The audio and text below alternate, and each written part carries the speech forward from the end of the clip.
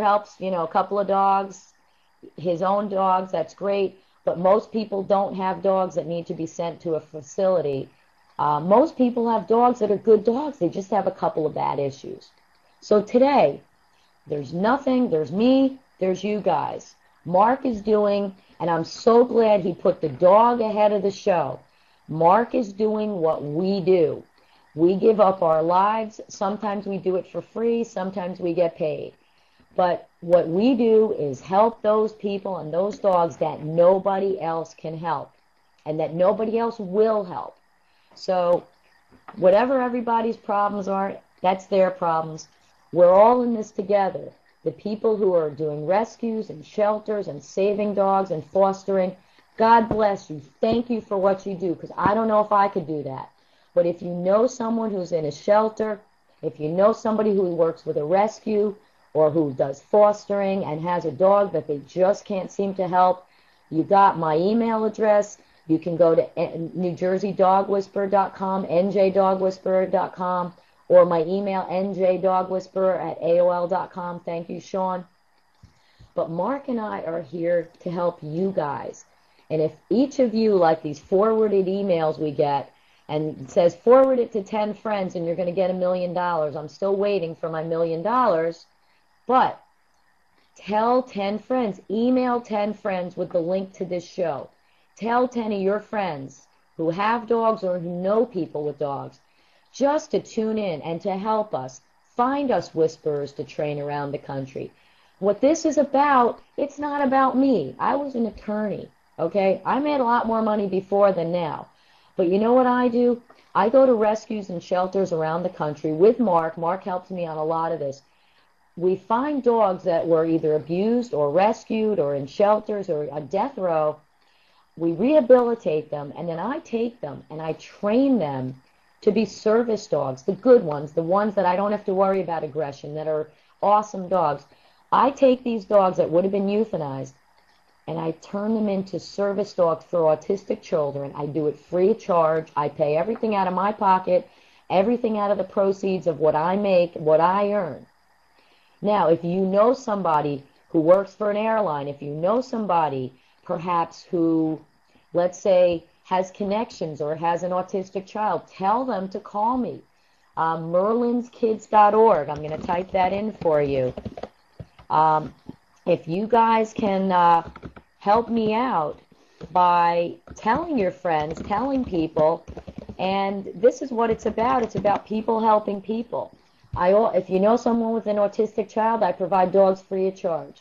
If you know someone who has a Rhodesian Ridgeback they have to give up, or a dog who's really good, who's a good dog, who's a young dog, let me know, because I'll take that dog, train him to be a service dog for an autistic child or an ADD child, a child with behavioral issues, or an adult with Alzheimer's or with Parkinson's. That's what I'm doing that the other guy isn't doing. And I don't mean Mark by that. We're taking dogs, saving their lives, and then making them these great dogs that are going to be useful to people and helpful and be great companions. So, if your daughter teaches autistic kids, give her my email address. Have her call me. Anyone you know, I do it for free. And I need more people to help me so that I can train more dogs for more people. Now, I want to get into a little bit more with the whispering. I want to get away from the rant that I started. Every dog needs only 4 things. Now, I sleep in bed with 5 of my dogs, sometimes with 7 of them. So I spoil my dogs. I give them cookies. They have coats. They have Halloween costumes. I was in a fashion show 2 weeks ago, a Westminster fashion show with Wyatt, one of my dogs. I do all that fun stuff, but I can. The reason I can do it is my dogs are stable. If my dogs are stable, guess what? I can dress them up. I can take them through Penn Station, on the train, up and down escalators, on a fashion show catwalk. I can take them to dog-aggressive dogs because my dogs are so stable. But you know what I can't do? I can't tell them to sit. I can't tell them to lie down. I can't tell them to roll over because they'll look at me like I'm crazy. But when you come to my house, none of my dogs jumps. They don't bark. They don't carry on. They don't bite. They don't steal your food when you're sitting down. And I think most people, you just want a well-behaved dog. Not a dog that is trained, because a dog that's trained to do things, it's like someone who's very angry because he comes home and finds his wife in bed with his best friend.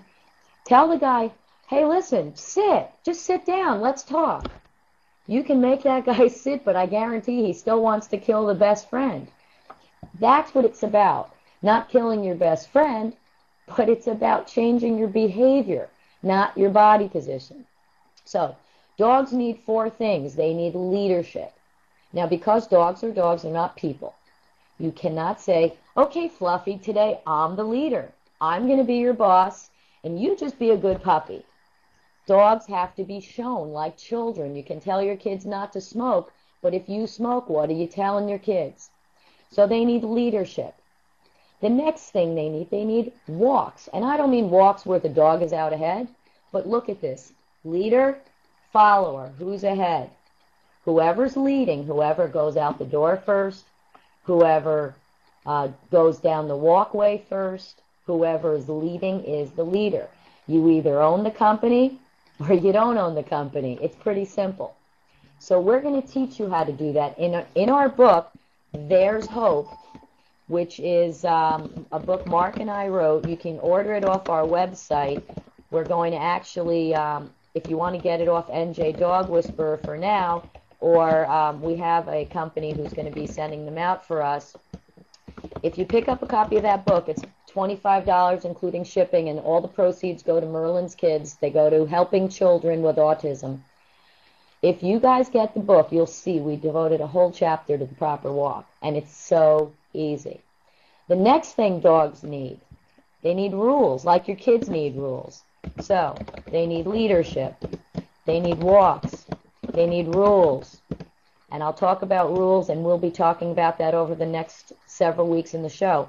The last thing they need is good nutrition. Now, the dogs that Mark and I do, our whisperers do dogs that are not aggressive. We've got some of our whisperers going to level 2 now, which is light aggression. But Mark and I do dogs who are bad. They have behavioral issues. They have a lot of problems.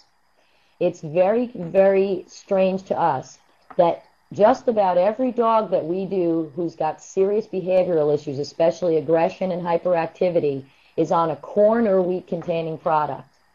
So, first thing we do, if your dog is malnourished, if your dog doesn't feel well, if your dog isn't absorbing the minerals and vitamins that are in his food properly, your dog may just feel crummy. He may be getting hyper from the corn and the wheat in his meals. Dogs do not need the following items: corn, wheat, and soy. The reason that we need to, good spelling on wheat, sorry about that, and soy. The reason that dogs do not need wheat is because wheat is not something a dog would naturally eat.